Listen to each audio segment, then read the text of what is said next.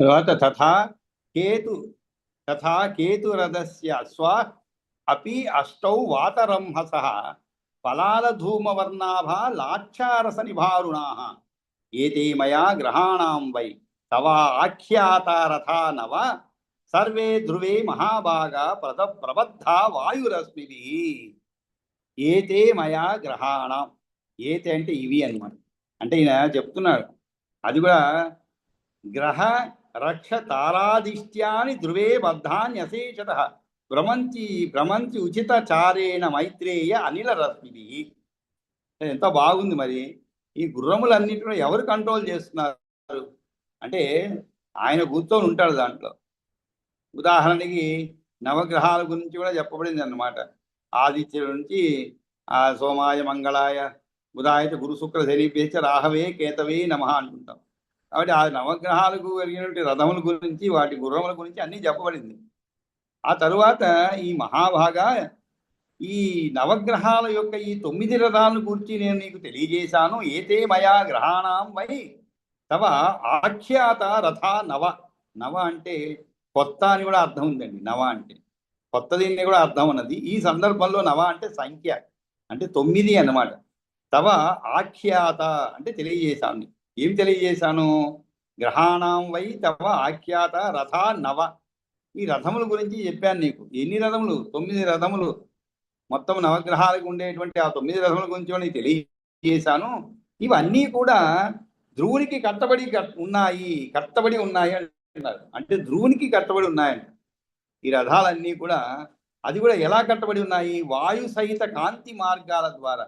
అంతేగాని మామూలుగా గుర్రాలు ఎలా కట్టబడుతుంటాయండి? మనం చూసుంటాం గుర్రబండి లాగేవాడు, కానీ ఎద్దు బండిని కానీ ఎలా ఉంటాయి? వాటికి ఒక తాడు కట్టి ఉంటుందన్నమాట. ముక్కుకి తాడేసి ఉంటాడు.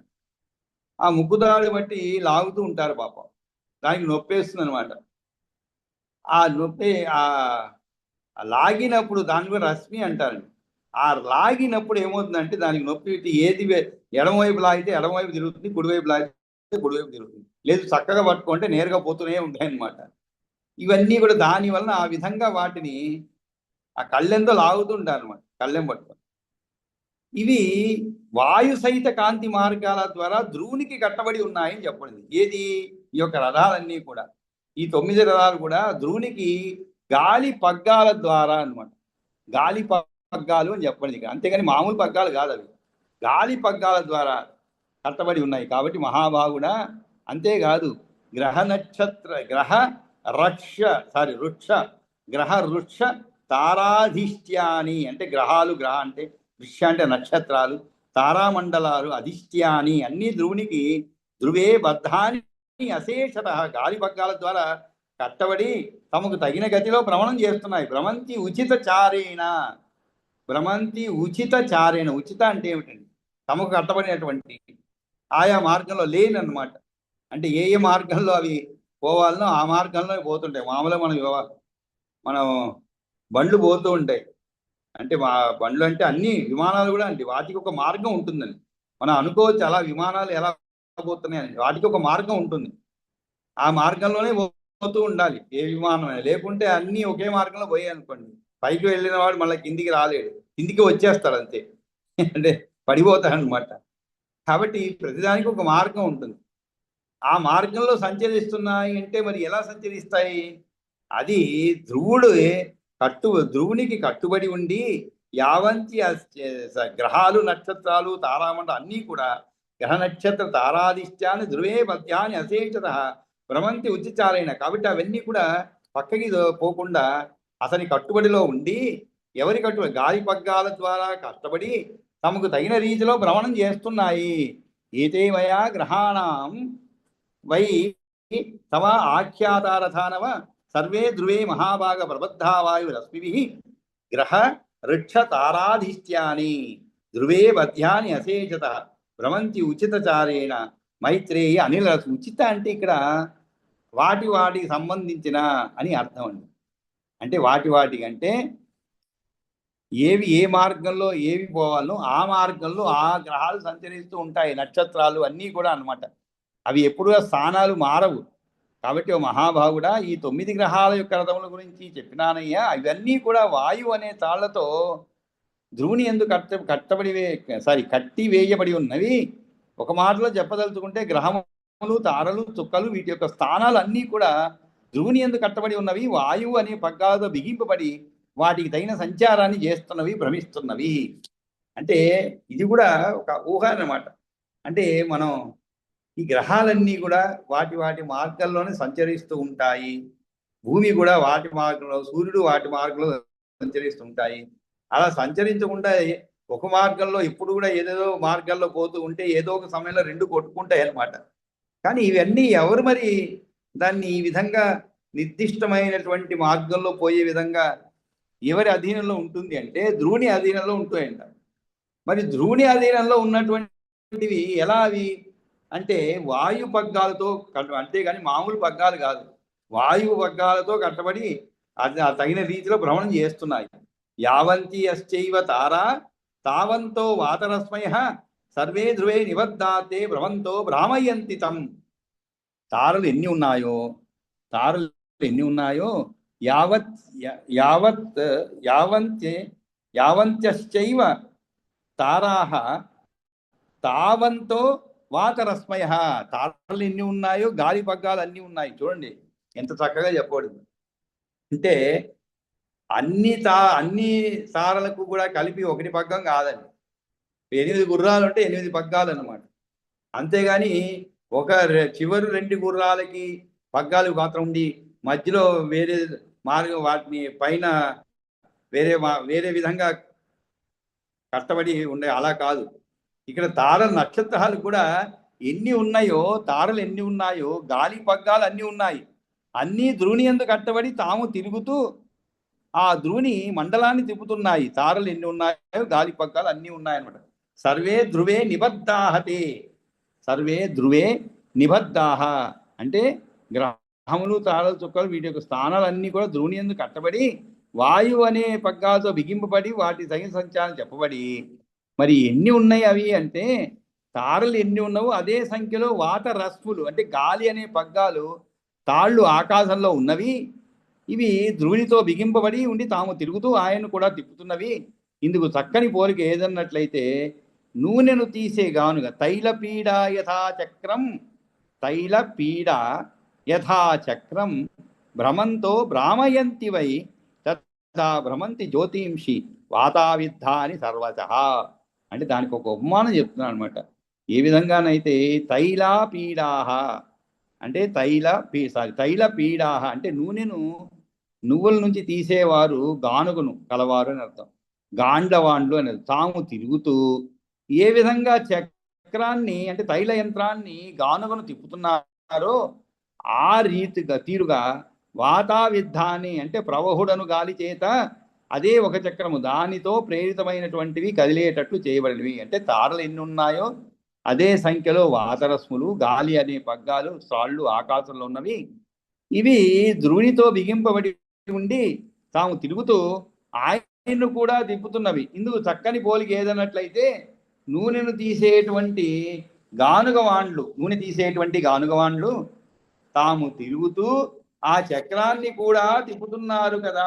ఆ విధంగానే జ్యోతిష్సులు అన్ని తీరలుగా ప్రవహుడు అనే గాలి చక్రము చేత కదలించబడి భ్రమించుతున్నవి. అదే అంటే పూర్వకాలంలో మనుషులు తిప్పాడు గానుగ అంటే ఇప్పుడు గానుగెద్దు జీవితం అంటుంటాం మనం. అంటే గానుగ ఎద్దు ఇప్పుడు ఏం చేస్తున్నారు, ఒక ఎద్దును కట్టేస్తారు, దానికి పాపం కళ్ళకు కూడా గంతెలు కట్టేస్తాడు, అంటే కనబడదు అనమాట. ఎందుకనంటే అది ఎప్పుడు ఒకే దీంట్లో తిరుగుతూ ఉంటుంది. అలాంటప్పుడు కళ్ళు తిరుగుతాయి. అంతేకాదు పక్కన ఏదైనా తినడానికి ఏదైనా దొరికితే తింటూ ఉంటాయి. అందువల్ల ఏం చేస్తారు, దాని కళ్ళకు కూడా గంతెలు కట్టేస్తారు. అది తిరుగుతూనే ఉంటాయి. అది తిరుగుతూ ఏం చేస్తుంది, ఆ మధ్యలో ఉన్నటువంటి చక్రం ఏదైతే ఉన్నదో దాన్ని కూడా తిప్పుతుంది అన్నమాట. కాబట్టి ఈ విధంగా నూనెను తీసే గానుగవాండ్లు తాము తిరుగుతూ ఆ చక్రాన్ని కూడా తిప్పుతున్నారు కదా. ఇక్కడ గానుగవాండ్లు అనే బదులు మనం ఊహించుకుంటే మనకి ఒక గానుగ ఎద్దు తిరుగుతూ ఉంటుంది, ఆ విధంగా చెప్పుకోరు. కానీ ఇప్పుడు అన్ని యంత్రాలు వచ్చేసేయండి. ఇప్పుడు గానుగ ఎద్దులు లేవు, గానుగులు తగ్గిపోయినాయి. కాబట్టి యంత్రం కూడా అదే పని చేస్తున్నాయి. ఇంకో తమాషాలు చూసారంటే మీరు ఇప్పుడు నూనెలు అమ్ముతుంటారండి. మామూలుగా నూనెలో ఏవో ప్రాసెస్ చేసి ఏదో అమ్ముతుంటారు అనుకోండి. కానీ ఇక్కడ ప్రత్యేకంగా గానుగ నూనె అమ్ముతున్నారు. అంటే ఏమిటి? గానుగలో ప్రత్యేకంగా తీయబడిన నూనె, దానికి ఒక పెద్ద డిమాండ్ ఇప్పుడు. అంటే దాన్ని అంటే మనం పూర్వకాలంలో ఏదైతే ఉపయోగించేవాళ్ళో అటువంటి నూనె అనమాట. దాని గానుగ నుంచి తీసేట నూనె అని దానికి ఒక ప్రత్యేక షాపులు వెళ్తాయి, దుకాణాలు వెళ్తాయి. ఇక జనం కూడా ఇప్పుడు నెమ్మదిగా దానిపైన పడుతున్నారు అనమాట. అంతేకాదు ఈ బియ్యము ఇవన్నీ వదిలేసి నెమ్మదిగా మిల్లెట్స్ పైన పడుతున్నారు. అంటే వాటిలో మనకి కావాల్సినటువంటి పుష్కలమైనటువంటి శరీరానికి కావాల్సినవన్నీ కూడా దొరుకుతాయని చెప్పి దానికి ఒక పరిశోధన చేసి చెప్పినందుకు నెమ్మదిగా ఇప్పుడు బియ్యాన్ని వదిలేస్తున్నారు అందరూ కూడా. ఎందుకంటే బియ్యం తింటే చక్కెర వ్యాధులు వస్తున్నాయి. చక్కెర వ్యాధి బియ్యం తింటే రావటం లేదు. శరీర వ్యాయామం తగ్గిపోయి మన పూర్వీకులు ఏం తిన్నారండి? ఇవే కదా తినింది. మనం కూడా మార్చుకున్న అలవాట్లు నెమ్మదిగా మన అలవాట్లు మారినందువల్ల ఆ బియ్యం అనేది ఇప్పుడు విషంగా మారింది అన్నమాట. మనం కూడా వాళ్ళు చేసినట్టు శారీరక శ్రమ చేస్తే అదే బియ్యం బాగానే ఉంటుంది. కానీ అది చెయ్యలేము కాబట్టి మనం ఏం చేస్తున్నాం? ఆహారపు అలవాట్లే మార్చేసుకుంటున్నాం. అది తమాషా అనమాట. మనం చేయవలసిన పని చేయకుండా వేరే పని చేస్తున్నాం అనమాట. శరీర శ్రమ కనీసం ఒక 5 కిలోమీటర్లు నడవండి, పొద్దున్న సాయంత్రం నడవండి. అన్ని శరీరం అంతా మన అధీనంలో ఉంటుంది, మనం చెప్పిన మాట వింటుంది అనమాట. అది చెయ్యలేము కాబట్టే ఆహారపు అలవాట్లు కొంతమంది ఏదో కొత్త రకాలండి చూస్తుంటే అది ఏం అర్థమే అవ్వట్లేదు. కొంతమంది యువతలు ఇప్పుడు ఆహారం మానేస్తున్నారు. ఏదో రోజుకి 2 సార్లు అని, అదేదో ఒక ప్రత్యేకమైన పేరుంది దానికి. అదొక ఆహారపు అలవాటు అనమాట. అంటే ఒక 8 గంటలు 10 గంటలు ఏమీ తినకుండా నిరాహారంగా ఉండి తర్వాత తినడం. మన వాళ్ళు 3 పూటలా తినేవాళ్ళు, మితంగా తినేవాళ్ళు. అది శరీరానికి ఆ విధంగా కావాలి. ఒకేసారి ఇంత తినడం కాదు. శరీరము నెమ్మదిగా మనం తిన్నది జీర్ణించుకొని, అందులో ముఖ్యంగా ఈ షుగర్ వ్యాధి ఉండేటువంటి వాళ్ళకి ముఖ్యంగా డాక్టర్లు అదే చెప్తారు, మనం ఒకేసారి తినకూడదు. కానీ దురదృష్టం మనం ఏం చేస్తాము? సమయం దొరికినప్పుడు కూర్చొని పట్టించేస్తాం. ఇంక మళ్ళా మర్చిపోతాం తిండి గురించి. మళ్ళా ఎప్పుడో సమయం దొరికినప్పుడు తింటున్నాం. అలా కాకుండా సమయం అంటూ పెట్టుకొని ప్రతిరోజు ఒకే సమయంలో నియమిత ఆహారం అన్నమాట, అది తీసుకుంటూ ఉంటే శరీరం చక్కగా పనిచేస్తుంది. కానీ అది మనం ఆచరణలో ఉంచలేము కాబట్టి ఈ విధంగా మార్పులు చేసుకుంటూ పోతున్నాం. మన జీవన శైలిని మార్పులు చేసుకుంటూ పోతున్నాం. సరే, ఇక ఆ విధంగా తథా భ్రమంతి జ్యోతించి వాతావిద్ధాని సర్వత అలాత చక్రవర్తి యాంతి. కాబట్టి ఈ సమస్త జ్యోతిర్గోళాలు కూడా గాలి చక్రం తిప్పితే మండే కొరకంచు చక్రం తిరుగుతున్నట్లుగా తిరుగుతున్నాయన్నమాట. జ్యోతిష్ను వహిస్తున్నందువలనే ఆ గాలికి ప్రవహం అనే పేరు వచ్చింది. యస్మాత్ జ్యోతింషి వహతి ప్రవహస్తేన సస్మృత. ప్రవహ తేన సస్మృత అంటే ప్రవహం అని, ఆ గాలికి ప్రవహం అని పేరు వచ్చింది. ఏ గాలికి? సమస్త గోళాలు కూడా గాలి చక్రం తిప్పితే అంటే చుక్కను బలంగా మోస్తూ ఉన్నాడు. ఆ కారణం చేత వాయువు ప్రవహుడని పిలువబడుతున్నాడు. ప్రవహుని అందే ఉన్న భేదాలన్నీ తీరులైన వాయు స్కందము సమూహాలు. అలాత చక్రం అంటే ఏమిటి? కొరవి అలాత చక్రం అంటే. దీనిని ఒకడు ఒక చేతిలో పట్టుకొని గుండ్రంగా తన చుట్టూ తిప్పుకున్నట్లయితే ఏమవుతుందండి? ఆ కర్రకు ఉన్న మంట చేత ప్రేరేపించబడిన జ్యోతిష్లు అంటే చుక్కలు తిరుగుతున్నవి. అట్లాగా చుక్కలు తిప్పుతున్నాడు అనమాట. కనుక ఆ వాయువుకి ప్రవహుడు అని పేరు వచ్చింది. అలాత చక్రవత్. అలాత చక్రం అంటే ఏమిటి? కొరకంచు చక్రము తిరుగుతున్నట్లుగా. ఆ విధంగా యాంతి వాత చక్రే ఈరితానితు. వాత చక్రం అంటే ఏమిటి? గాలి చక్రం తిప్పితే మండే కొరకు చక్రం తిరుగుతున్నట్లుగా తిరుగుతున్నాయి. జ్యోతిష్ను వహిస్తున్నందువలనే ఆ గాలికి ప్రవహం అనే పేరు వచ్చినది. అంతేకాదు శిశుమారస్తు ప్రోక్త సధ్రువో ఎత్ర తిష్టతి. ఇంతకుముందు మనం చదువుకున్నాం, శిశుమారం చదువుకున్నాం. అంటే ఏమిటి? మొసలి అన్నమాట. మొసలి దాన్నే శిశుమారం అని చెప్పబడింది. శిశువులను చంపడం అనేది. అంటే ఆ ధ్రువుడు ఉండే చోటు శిశుమారము, దానిని గురించి చెప్పాను కదా. ఇక దాని ఉనికిని గురించి ఆలకించు. సన్నివేశం చ తస్యాపి శృణుష్వ ముని సప్తమా. దాని గురించి చెప్తాను విను. యదహ్నా కురుతే పాపం. యదహ్నా అంటే ధ్రువుడు ఎక్కడ ఉంటున్నాడో, ఏది శిశుమారం అనబడుతున్నదో దాని యొక్క సన్నివేశం గురించి కూడా చెబుతున్నాను వినవయ్యా అని చెప్తున్నాడు. ఇంతకుముందే మనం చదువుకున్నాం అనమాట. ధ్రువుని ఎందుకు గట్టిగా కట్టివేయబడినవి అని చెప్పి. ప్రస్తుతమైన ధ్రువుడు మొదలైన వానికి ఆధారమైన శిశుమారమును 9వ అధ్యాయంలో చెప్పబడిన దాన్ని ఉపాసన చేయడానికి తగినట్టుగా విశేషించి చెప్తున్నాడు ఇప్పుడు శిశుమార స్థితి అని. యదహ్నా కురుతే పాపం అంటే శిశుమారమును దర్శించినందువల్ల కలుగబోయే ఫలితాన్ని తెలుపుతున్నాడు. యదహ్నా, అహనం అంటే ఏంటి? పగలు. యత్ అహనా కురుతే పాపం, యత్ అంటే ఏదైతే, అహన అంటే పగలు, పగలు చేసిన పాపము తం దృష్ట్వా నిశిం ఉచ్యతే, రాత్రి వేళ శింసుమారాన్ని చూస్తే తొలగిపోతుంది. అంటే శింసుమారం అంటే నక్షత్ర గణం అండి. ఆకాశంలో ఒక మొసలి ఇలా తలను వెనక్కి తిప్పి చూస్తే ఎలా ఉంటుందో అటువంటి ఆ నక్షత్ర గణముల యొక్క ఆకారం అలా ఉంటుంది ఆకాశంలో. దానిని మనము రాత్రి వేళ ఆ శింసుమారాన్ని చూస్తే తొలగిపోతుంది. ఆకాశంలో శింసుమారాన్ని ఆశ్రయించి ఎన్ని తారలు ఉన్నాయో దాన్ని వీక్షించిన వాడు అన్ని సంవత్సరాలు ఎక్కువగా జీవిస్తాడు. మనం నక్షత్రాలు ఎక్కడ చూస్తామండి? శింసుమారం వదిలేసేయండి, నక్షత్రంలో ఆకాశం, అసలు మనం ఆకాశం ఎప్పుడు చూస్తున్నామండి? చాలా తక్కువ చూస్తాం. ఏదైనా సమస్య వచ్చినప్పుడు ఆకాశం చూస్తూ ఉంటుంటాం. అప్పుడు మాత్రం ఆకాశం, అది కూడా లోపల ఇంట్లోనే ఉండి చూస్తాం, అంతేగాని బయట పోయి ఆకాశం చూసేది ఎక్కడండి మనం? చాలా తక్కువ, అరుదు అనమాట. కానీ మిద్దె పైన పడుకొని ఆకాశంలో నక్షత్రాలు ఎన్ని ఉన్నాయి, ఆ నక్షత్రాలు ఎక్కడెక్కడ ఎలా ఏర్పడ్డాయి, ఏ రూపంలో ఉన్నాయి అని చూసేది మనం తక్కువ.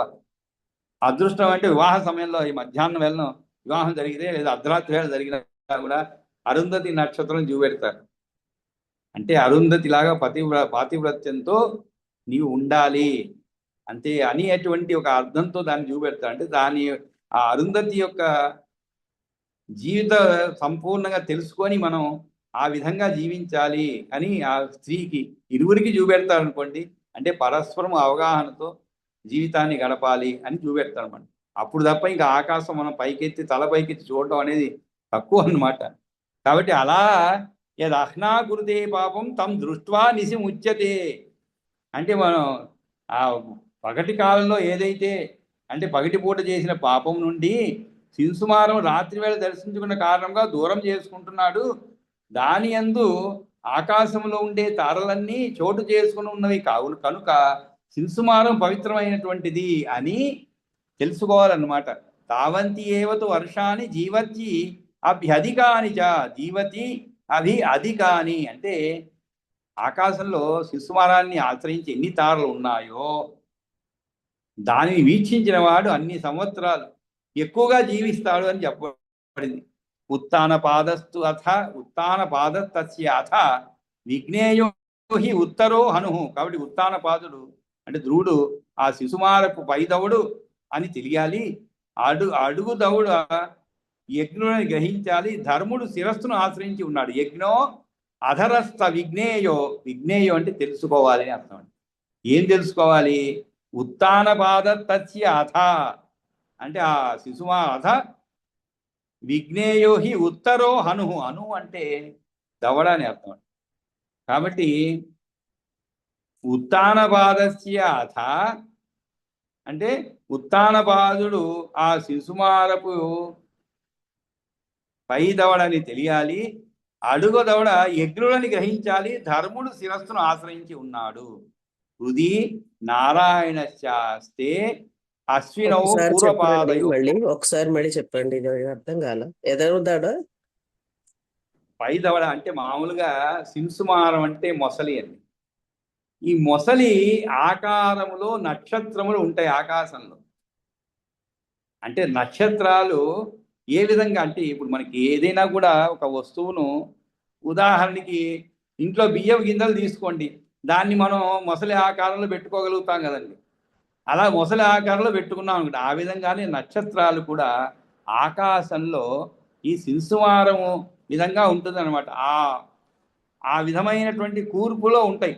అంటే మొసలి మామూలుగా ఒకసారి వెనక్కి తిరిగి చూస్తున్నాను, అది కూడా కుడివైపు, ఎడవైపు కాదండి. ఆకారం ఆ నక్షత్రాల కూర్పు వస్తుందండి. అదే శింసుమారం అంటే అది అన్నమాట. ఆ నక్షత్రాలు మనం ఇప్పుడు నేర్చుకున్నాం కాబట్టి ఒకసారి చూద్దాం, ఈరోజు రేపు రాత్రి ఆకాశంలో ఎక్కడా కనబడుతుందేమో అటువంటి ఆకారము. ఆ విధంగా ఏర్పడినటువంటి కూర్పులో మరి మొసలి ఏర్పడినప్పుడు దానికి దవడని, పై దవడ, కింది దవడ, తర్వాత తోక, తల ఇవన్నీ ఉంటాయి కదండి. కాబట్టి ఇక్కడ ఏం చెప్తున్నారు అంటే ఉత్తాన పాదుడు ఆ శింసుమారు పై దవడ అని తెలియాలి. అంటే మనం దాన్ని ఊహించాలి అన్నమాట. ఆ శింసుమారం యొక్క అంటే మొసలి యొక్క పై దవడ ఏమిటి? ఈ యొక్క ఉత్తానపాదులు. అదే విధంగా విజ్ఞేయం అంటే తెలుసుకోవాలి, భావించాలి. ఉత్తరో హనుహు, హను అంటే దవడ అని అర్థం అండి. అడుగు దవడ ఏమిటి? యజ్ఞుడు అని గ్రహించాలి. యజ్ఞో అధరస్థ విజ్ఞేయో ధర్మో మూర్ధాన మాత్రిత. అదేవిధంగా ధర్ముడు శిరస్సును ఆశ్రయించి ఉన్నాడు, దాని హృదయంలో నారాయణుడు ఉన్నాడు. దేని హృదయంలో? ఆ శింసుమారము ఆ విధంగా ఉండేటువంటి ఆ నక్షత్రంలో హృదయంలో నారాయణుడు ఉన్నాడు. ముందు కాళ్ళ యందు అశ్వినీ దేవతలు ఉన్నారు, వెనక కాళ్ళ తొడలపై వరుణుడు. వరుణశ్చ ఆర్యమా చైవ పశ్చిమే తస్య శక్తిని. కాబట్టి యజ్ఞము కింద దవడ ధర్మదేవత శిరస్సు పైన ఉన్నాడు, ఇక దాని హృదయమునందు నారాయణుడు ఉంటున్నాడు.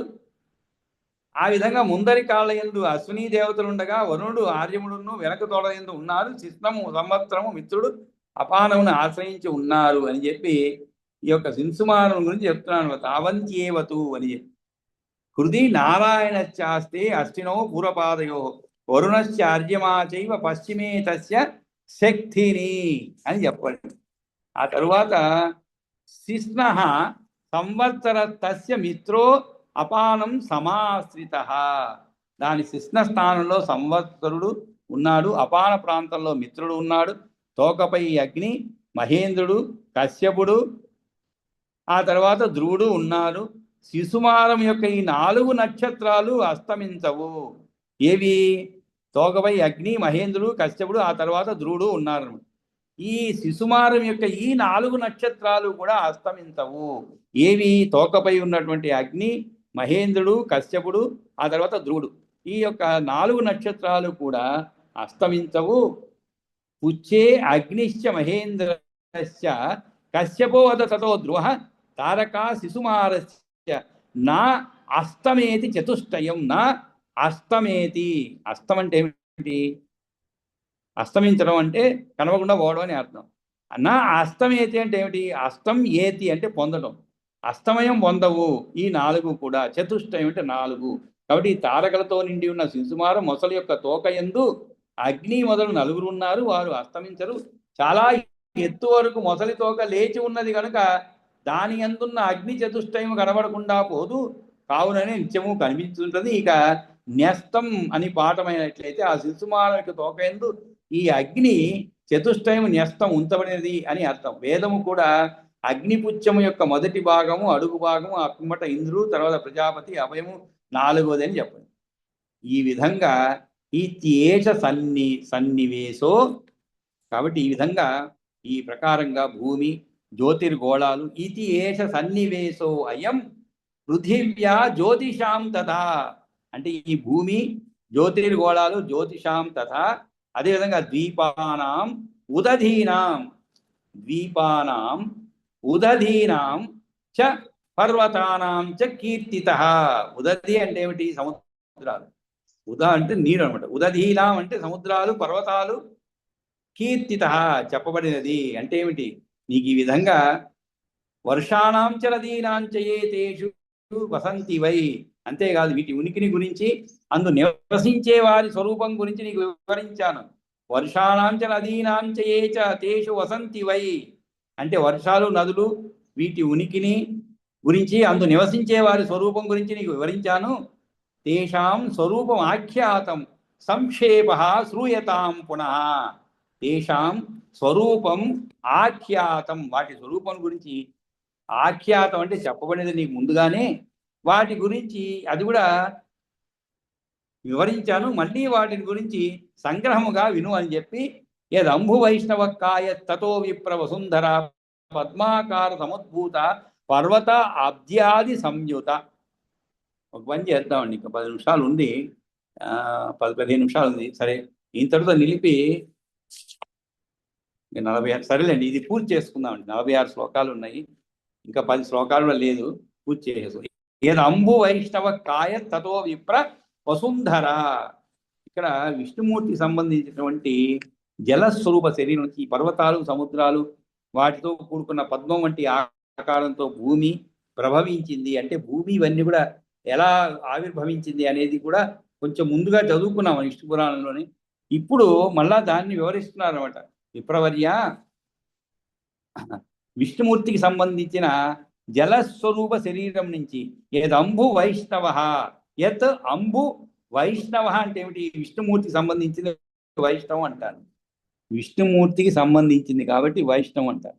కాబట్టి ఇక్కడ ఈ యొక్క యత్ అంబు వైష్ణవ కాయ తతో విప్ర వసుంధర.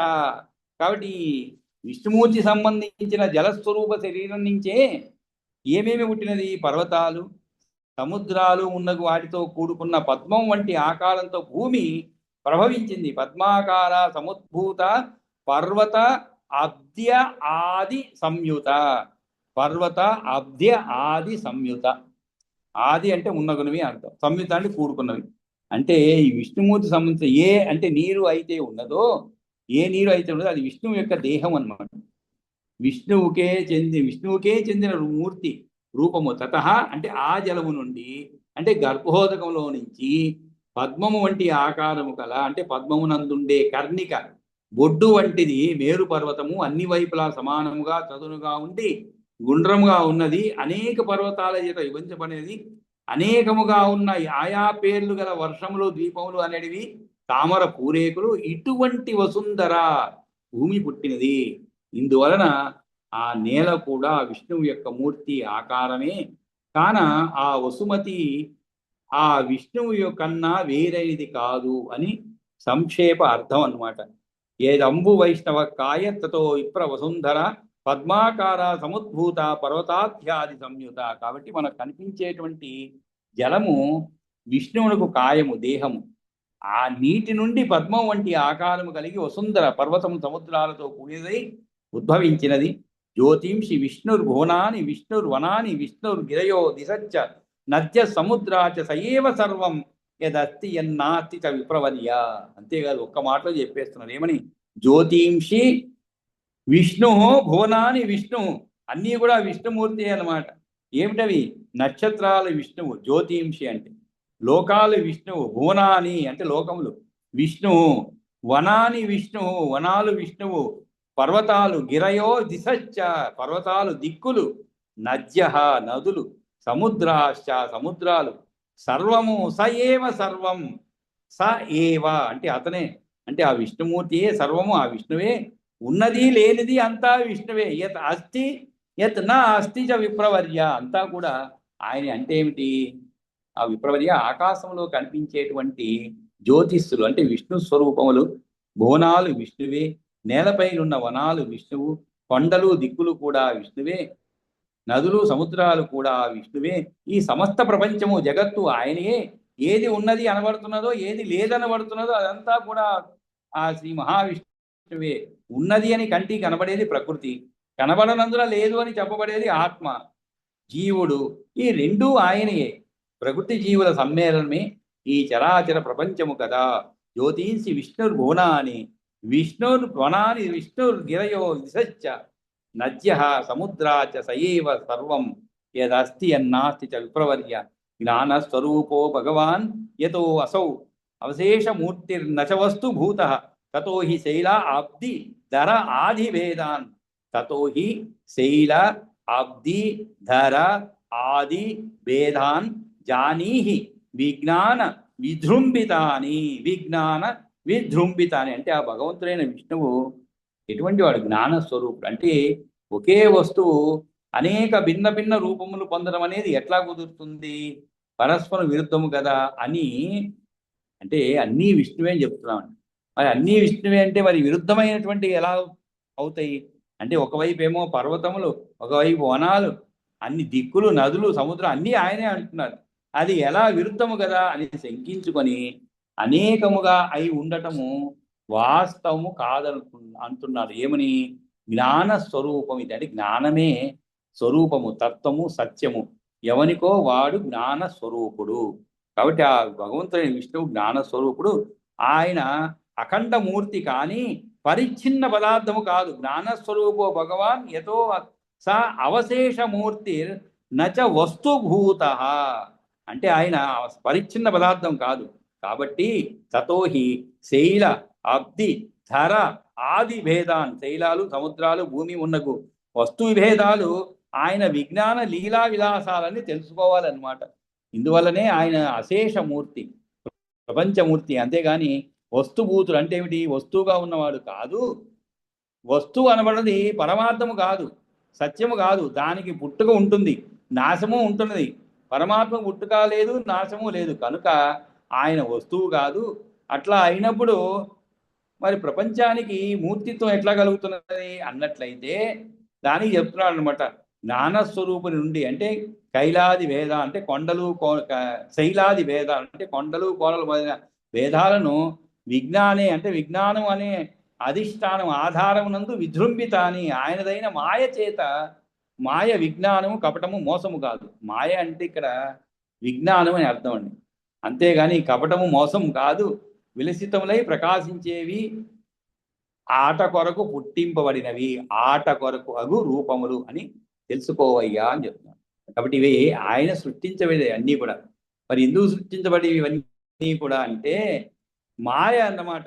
మాయ అంటే మోసము కాదు, ఒక ఆట. ఆయన ఆడుకున్నటువంటి ఆటలో భాగంగా ఇలా సృష్టించబడ్డాయి. మన పిల్లలు ఆడుకుంటుంటే వాళ్ళు అనేకం సృష్టిస్తారండి. ఉదాహరణ ఎక్కడో సముద్ర తీరంలో ఆడుకుంటా అనుకోండి, అప్పుడు ఏమేమో సృష్టిస్తారు వాళ్ళు. ఇళ్ళని, వాకిలని, ఏదో బొమ్మలని అన్ని సృష్టిస్తారు. కానీ అవన్నీ ఏమవుతాయి తర్వాత? అన్నీ మళ్ళా కలిసిపోతుంటాయి, నీళ్ళలో కలిసిపోతుంటాయి, వలలు వస్తాయి. ఆ విధంగానే విష్ణుమూర్తి కూడా ఇవన్నీ తన యొక్క లీలా అంటే తన యొక్క ఆటలో భాగంగా సృష్టించినవే కానీ వేరే కాదు. ఇక్కడ మాయ అంటే మోసమని కాదని. కాబట్టి ఆ విధంగా ఆయన విజ్ఞాన లీలా విలాసాలను తెలుసుకోండి. భగవంతుడు జ్ఞాన స్వరూపుడు, పాంచభౌతికమైన ఆకారం కలవాడు కాడు. కావుననే ఈ ప్రపంచ రూపమును ధరించి అన్ని ఆకారంలో కనిపిస్తున్నాడు. కానీ వస్తువు పరమార్థము కాదు. అందువలన కొండ, సముద్రము, భూమి మొదలైన భేదాలన్నిటికీ విజ్ఞానము చేత ఏర్పడినటువంటివి, కల్పింపబడినటువంటివి అని తెలుసుకోవాలని చెప్పి మైత్రేయుడు చెప్తున్నాడు. యదాతు శుద్ధం నిజరూపి సర్వం కర్మక్షయే జ్ఞానం అవాప్త దోషం తదా హి సంకల్పతరో ఫలాని భవంతినో వస్తువేద. కర్మక్షయం అయిన పిమ్మట దోషాలన్నీ తొలగిపోయి నిజరూపి సర్వం కర్మక్షయే జ్ఞానం అవాప్త దోషం, అవాప్త అంటే తొలగిపోయినటువంటి దోషాలన్నీ తొలగిపోయి స్వస్వరూపమైన విశుద్ధ జ్ఞానం పూర్తిగా ఏర్పడితే సంకల్పం తదాహి సంకల్ప తరోహో. సంకల్పం అనే తరు అంటే వృక్షం అండి. ఆ వృక్షం యొక్క ఫలాలు అయిన వస్తువుల్లో వస్తుభేదాలు అనేవి ఉండవు కదా.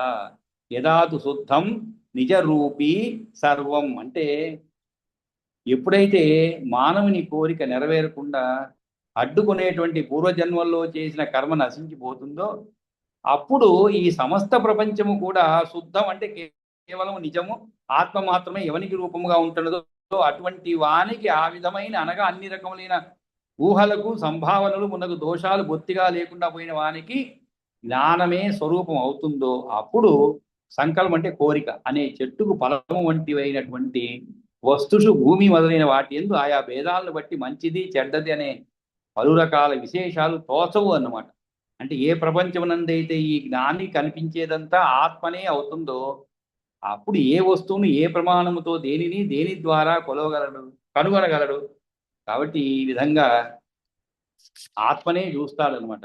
అంటే ఎప్పుడైతే జీవుని యొక్క పూర్వజన్మలోని కర్మ మొత్తం కూడా బొత్తిగా లేకుండా అయిపోతుందో అప్పుడు ఆత్మ తనదైన జ్ఞాన స్వరూపంతో శుద్ధమై ప్రకాశిస్తుంది. ఇవన్నీ మనం సాధించగలిగేది కాదండి, ఇవన్నీ మనం చదువుకోగలిగింది. అవన్నీ సాధించాలంటే దానికి తపస్సు ఉండాలన్నమాట. ఆ తపస్సు మన ఆయుష్ సరిపోదు ఆ తపస్సు చేయాలని. కాకపోతే మనం విషయం తెలుసుకుంటూ ఉంటాం అనమాట. ఓహో ఇటువంటిది ఒకటి ఉన్నది అని చెప్పి అప్పుడు ఏమవుతుంది, మనస్సు కోరిక అనే చెట్టుకు పండ్ల రూపంలో అనుభవించదగిన కాయలు కర్మలు ఏర్పడవు. అప్పుడే ఎదురుగా ఉండే వస్తువులు ఏవి యథార్థంగా కనిపించవు, వాటిలో భేదాలు కూడా కొట్టమని. కానీ మనం కొంత స్థితిని పొందగలం. ఉదాహరణకి మనం ఈ విధమైనటువంటి తపస్సు చేస్తుంటే, తపస్సు అంటే ఏమీ లేదండి, ఒకే విషయం పైన దృష్టిని కేంద్రీకరించడం అనమాట. ఉదాహరణకి మనం కోపంతో ఉన్నాము, ఏదో కోపంలో ఏదో జరిగిపోయింది, ఇంక మనం ఒక నిర్ణయానికి రావాలి, ఒక తపస్సు చేయాలి. ఏమిటి? మన క్రోధాన్ని మనం నిగ్రహించుకోవాలని తపస్సు చేయాలి. అలా చేసాం అనుకోండి, ఎదుటివాడు ఏదన్నా కూడా మీకు ఎటువంటి కోపం రాదు. ఎందుకంటే మీరు దీక్ష పూనారు, ఒక తపస్సు చేస్తున్నారు. ఏమిటి ఆ తపస్సు? క్రోధము పూర్తిగా బయటికి తరిమేయటం, క్రోధాన్ని. ఆ విధంగా ఒక్కొక్క గుణాన్ని కూడా మనం ఒక తపస్సు చేత బయటికి తోసేయగలం అనమాట. అంటే క్షణికమైనటువంటి ఆనందాలకి లోను కాకుండా అన్నీ కూడా అశాశ్వతమే అనేటువంటి ఒక భావన కలిగినప్పుడు అన్నిటిని కూడా మనం బయటికి తొయ్యగలుగుతాం. కానీ ఆ భావన రావడం అనేది చాలా కష్టమైనటువంటి పని, అంత సులభమైనది కాదు. ఉదాహరణకి మీరు రోజు ఒక టీ తాగుతారు, ఉదాహరణకి టీయో కాఫీయో తాగుతారు సమయానికి 10 గంటలకి తాగుతారు ఉదాహరణకి. మొదట్లో మనకి ఆ సమయానికి ఆ టీను అందకుండా లేదు ఇంట్లో వాళ్ళు ఇవ్వకుండా పోయారనుకో ఉదాహరణకి, మొదట్లో కొంచెం కోపం వస్తుంటుంది మనకి, ఏంటబ్బా మనల్ని ఇంత లెక్కించడం లేదే అని. కానీ మీలో కొంత పరిపక్వత వస్తూ ఉంది అనుకోండి, అప్పుడు ఏముంది టీ ఒక్క టీ తాగకపోతే ఏమవుతుంది, ఏదో వాళ్ళ పనులు వదిలేద్దాం అనేటువంటి భావన కలిగింది అనుకోండి, అప్పుడు ఉండే ఆనందం ఇంకెప్పుడు లేదు.